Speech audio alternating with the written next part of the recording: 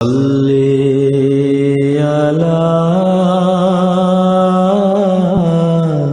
بسم اللہ الرحمن الرحیم۔ السلام علیکم ورحمۃ اللہ وبرکاتہ۔ الحمد للہ کفا والصلاة والسلام علی محمد المصطفیٰ۔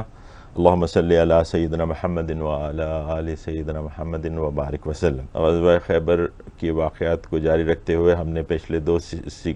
جو قسطیں کیں اس میں ذرا آؤٹ آف سیکوینس کچھ چیزیں مناسبت سے ہمیں ہینڈل کرنی پڑی، لیکن اب ہم واپس چلے جاتے ہیں کہ جب آپ صلی اللہ علیہ وسلم مدینے سے نکلے ہیں،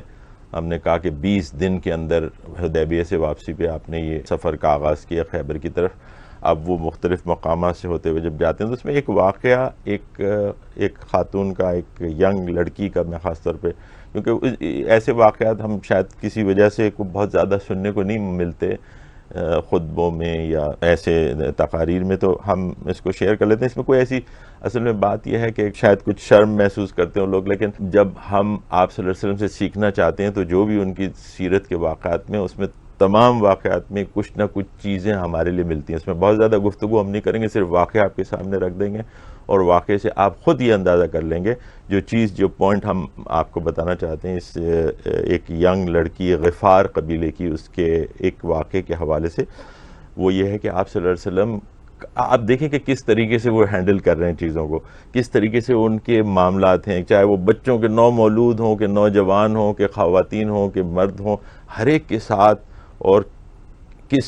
سمجھیں کہ وائزلی اور کس خوبصورتی کے ساتھ، کس ذہانت کے ساتھ، کس محبت کے ساتھ آپ ڈیل کرتے ہیں کہ وہ پیغام آپ کا لوگوں تک پہنچتا چلا جاتا ہے، آپ کی محبت لوگوں کے دلوں میں بڑھتی چلی جاتی ہے، عقیدت بڑھتی چلی جاتی ہے، اور یہ آپ ہی کا کمال ہے۔ یعنی ہر طریقے سے بیلنس، ہر اینگل سے بیلنس، ایک شخصیت جو کہ ہر شخص سے اس کے مطابق، اس کی حیثیت کے مطابق، اس کی قابلیت کے مطابق، اس کی ذہنیت کے مطابق ڈیل کرتے ہیں، اور اس کی عمر کا لحاظ کر کے، اس کی اسٹیٹس کا لحاظ کر کے، اور اس کی جینڈر کا لحاظ کرتے، جیسے ہم اس میں دیکھیں۔ واقعہ یہ ہے کہ آپ جب نکلے ہیں تو غفار قبیلہ جو مشہور ہے ابو ذر غفاری کی وجہ سے، ابو ذر غفاری نے اس قبیلے کے اندر دین اسلام کی انہوں نے اور ان کے بھائی نے جو دین اسلام کی تبلیغ اور اس کے پھیلاؤ میں بہت اہم کردار ادا کیا، ورنہ یہ قبیلہ وہ تھا جو اپنی جس صفت کی وجہ سے مشہور تھا وہ یہ تھے کہ وہ یہ ڈاکو اور رہزن تھے۔ یہ جو حج کے لیے قبائل آتے تھے ان کے رستے سے تو وہ ان سے بہت گھبراتے تھے کہ ان کو لوٹ لیا کرتے تھے، اور اسی قبیلے کے اندر پھر اسلام کی ترویج ہوئی۔ بہرحال اس میں دونوں طرح کے لوگ تھے، جو ایمان لے آئے، جو ابھی ایمان نہیں لائے تھے، جن کے دلوں میں ابھی بھی تیڑ تھی، وہ بھی موجود تھے، اور انہی میں سے بہت سے لوگ تھے جنہوں نے یہ فیصلہ کیا کہ جب آپ صلی اللہ علیہ وسلم خیبر کی طرف مارچ کرنا اپنا شروع کیا تو انہوں نے کہا کہ جی ہم جا کے یہود کے ساتھ مل جاتے ہیں، پتہ نہیں اس میں مال کی متاع کی ان کی خواہشات ہوں کہ جی وہ زیادہ امیر و کبیر لوگ ہیں، مال والے لوگ ہیں، وہاں سے زیادہ کچھ مل سکتا ہے ان کو، تو وہ ان کا ایک قافلہ جو ہے وہ اس طرف چلا کہ جی ہم یہود کو جو فورٹیفائی کرنے میں ان کی مدد کریں گے، اور اس کے نتیجے میں جو کچھ بھی ان کو ملنا تھا وہ ملے گا، اس خیال سے وہ نکلے۔ لیکن آدھے رستے میں وہ ابھی گئے تھے کہ ان کو یہ خبر ملی جو ہمارے اپنے جو ڈویلنگز ہیں وہاں پہ، کیونکہ رسول صلی اللہ علیہ وسلم وہاں سے گزریں گے اور یہ ان کو پتہ چلے گا، اور وہاں پہ وہ اس کو بلکہ یہ خبر ملی کہ شاید وہ اس کو انہوں نے قبضہ کر لیا، اور اس کو وہاں پہ لوٹ مار کچھ ہوئی ہے، تو اس کی وجہ سے وہ وہاں سے لوٹ آئے۔ بہرحال ہم جس واقعے کی طرف آپ کو لے جانا چاہ رہے ہیں وہ اس سے مختلف واقعہ ہے۔ وہ غفار کے قبیلے میں، جیسے ہم نے کہا کہ ایمان والے موجود تھے، اور ان ایمان والوں میں سے ایک گروپ ایسا تھا جو آپ صلی اللہ علیہ وسلم کے ساتھ آیا، اور انہوں نے کہا کہ ہم آپ کے ساتھ چلیں گے، اور ان میں ایک لڑکی تھی، نو عمر لڑکی، جو ابھی پیوبرٹی کی ایج تک بھی نہیں پہنچی تھی۔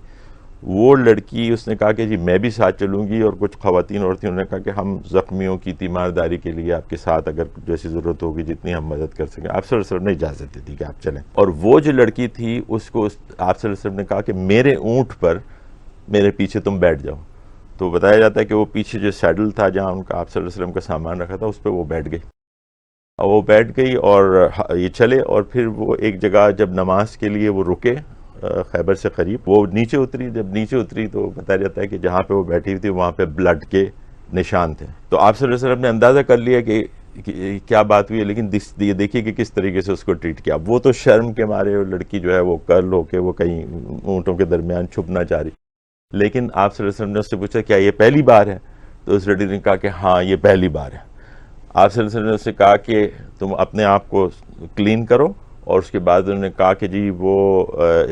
پانی میں نمک ڈال کے اور اس جگہ کو جہاں پہ یہ نشان ہے جو ان کا سامان تھا جو بھی اس کو صاف کر دو، اس کو صاف کر دو۔ اس کے بعد وہ لڑکی جو ہے وہ بتاتی ہے کہ جب جنگ خیبر کا واقعہ ہوا اور خیبر کے اندر مسلمانوں کو فتح ہوئی تو اس کی جو مال غنیمت آیا اس میں ایک ہار تھا،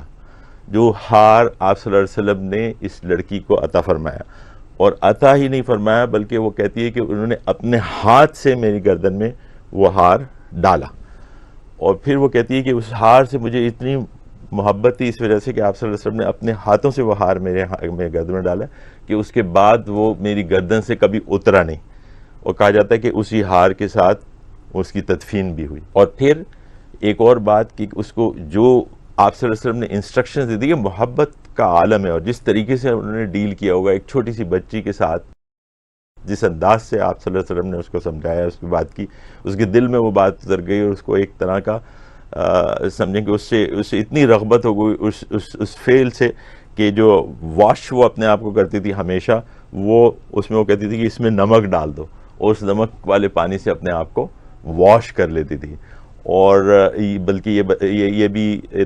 روایت ہے کہ جب وہ اس کا انتقال ہوا تو اس کو جب واش کیا گیا، آخری اس کا جو غسل دیا گیا وہ بھی نمک والے پانی سے اس کو غسل دیا گیا اور اس کو قبر میں پھر اتارا گیا۔ بس اس سے آگے ہم اس پہ بات نہیں کرتے، صرف ایک انداز آپ صلی اللہ علیہ وسلم کا اس واقعے سے آپ ہمارے سامنے آ جاتا ہے، ایک شفیق انسان کا اور ایک محبت کرنے والے جو ایک ان کا جو ایک رتبہ تھا نا، وہ مسلمان اپنے آپ کو جیسے اپنا، لوگ کہتے ہیں ہم ان کو اپنے باپ کی طرح سمجھتے ہیں، تو ہی واز لائک دیٹ، کہ کس طرح ان سے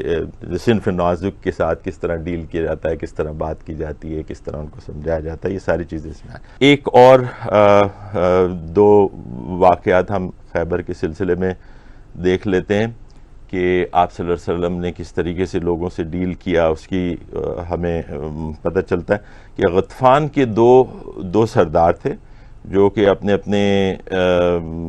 قافلے لے کے وہ یہود کی مدد کو، کیونکہ they have close alliance with یہود، تو وہ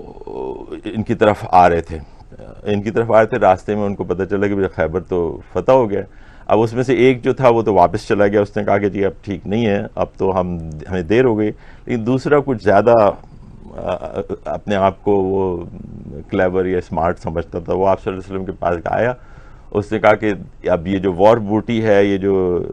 مال غنیمت ہے، اس میں سے مجھے بھی حصہ دیں، کیونکہ میں نے اس جنگ میں تو حصہ نہیں لیا آپ کے خلاف، تو میں بھی اس کا حقدار ہوں۔ ورنہ مطلب اس کا کہنے کا مطلب یہ تھا کہ اگر میں آ جاتا تو شاید آپ لوگوں کو اس میں اتنی آسانی نہیں ہوتی، میں اگر اپنے لوگوں لے کے پہنچ جاتا تو میں بھی اس کا حقدار ہوں۔ آپ صلی اللہ علیہ وسلم نے اسے کہا، اس کو ظاہر ہے کہ اس کی بات نہیں مانی، اور اس کو بتایا کہ تم جس وجہ سے آئے ہو وہ یہ ہے کہ تمہیں ایک خواب آیا تھا، اس خواب کے اندر تم نے ایک پہاڑ دیکھا تھا، تو اب وہ پہاڑ ہی تمہارا مقدر ہے، وہ ایک بنجر اور ویران سا پہاڑ تھا، انہوں نے کہا کہ جاؤ اور وہ تمہارے لیے ہے، تم جا کے اس میں وہ لے لو۔ یہ ایک واقعہ وہاں کا، اور یہ ہے۔ اچھا، اس کے علاوہ ایک اور ہے، جب ہم تھوڑا سا آگے پیچھے کر کے چیزوں کو بتا رہے ہیں، لیکن مقصد یہی ہے کہ تمام واقعات ایسے جس میں کچھ ہمارے لیے سبق ہے وہ کور ہو جائے۔ ایک صحابی عمر ابن اقوا، وہ وہاں سے جب چلے ہیں مسلمان تو وہ شعر کہا کرتے تھے، کچھ پڑھا کرتے تھے، نشید پڑھا کرتے تھے۔ لوگوں نے ان سے کہا اس جرنی کے دوران کہ آپ کوئی ایسی نشید پڑھیں جس سے مطلب لوگوں کو ذرا تھوڑا سا جوش و جذبہ تازہ ہو، اور انہوں نے ایسے ہی کیا۔ انہوں نے جب یہ نشید اپنی سنائی، اپنی پڑھنی شروع کی، تو جو کہتے ہیں کہ جو انسان جو اونٹ تھے وہ بھی ذرا چست ہو گئے، اور وہ اپنے جو ان کی جس طریقے سے قدم بڑھا رہے تھے اس کے اندر ایک انرجی سی آ گئی، یہ نشید پڑھنے کی وجہ سے۔ یہ نشید جو ہے، اس کی جو یعنی سنت سے یہ چیزیں ثابت ہیں کہ یہ بالکل ایسا ہوا ہے۔ آپ صلی اللہ علیہ وسلم نے اس کو انکریج بھی کیا، بلکہ آپ صلی اللہ علیہ وسلم نے اس کے بارے میں کہا کہ اللہ تم پہ رحم فرمائے۔ اس پہ عمر رضی اللہ تعالیٰ نے کہا کہ آپ کو چاہیے تھا آپ ایسا کرتے کہ اس شخص کو ہمارے ساتھ کچھ عرصے اور گزارنے دیتے. مطلب یہ کہ آپ نے جب یہ کہہ دیا رحمت فرمایا تو اس کا مطلب ہے کہ اس کی شہادت کا وقت آ گیا ہے. یعنی شہادت اور رحمت کو انہوں نے کمبائن کیا کہ ایک ہی چیز ہے. ہمیں پتہ ہے شہادت کا کیا اسٹیٹس ہے. اور بالکل یہی ہوا کہ جب وہ خیبر کے اندر مارکا شروع ہوا تو عمر ابن عقوہ جو ہے ان کی شہادت وہاں پہ ہوئی. اب اس کے بعد والی قسط میں ہم دیکھیں گے چند اہم صحابہ کے حوالے سے جو کہ خیبر کے مقام پر آپ صلی اللہ علیہ وسلم سے آ کے ملے ہیں اور بہت اہم نام ہیں. تو اس کی بعد والی قسط میں انشاءاللہ ہم ان کے بارے میں مختصراً بات کر لیں گے اس حوالے سے کہ ان چیزوں کا، ان واقعات کا نہ صرف سیرت میں بلکہ فقہ میں اور جو مختلف قوانین لیے جاتے ہیں حدیث کے معاملات کے اندر بہت اہمیت ہے ان واقعات کی، اس کی ٹائمنگ کی. تو اس حساب سے غزوہ خیبر کی اہمیت کو ہم اگلے پروگرام میں دیکھیں گے. اقول قولی ھذا واستغفر اللہ لی ولکم ولسائر المؤمنین والمؤمنات. والسلام علیکم ورحمۃ اللہ. صلی علی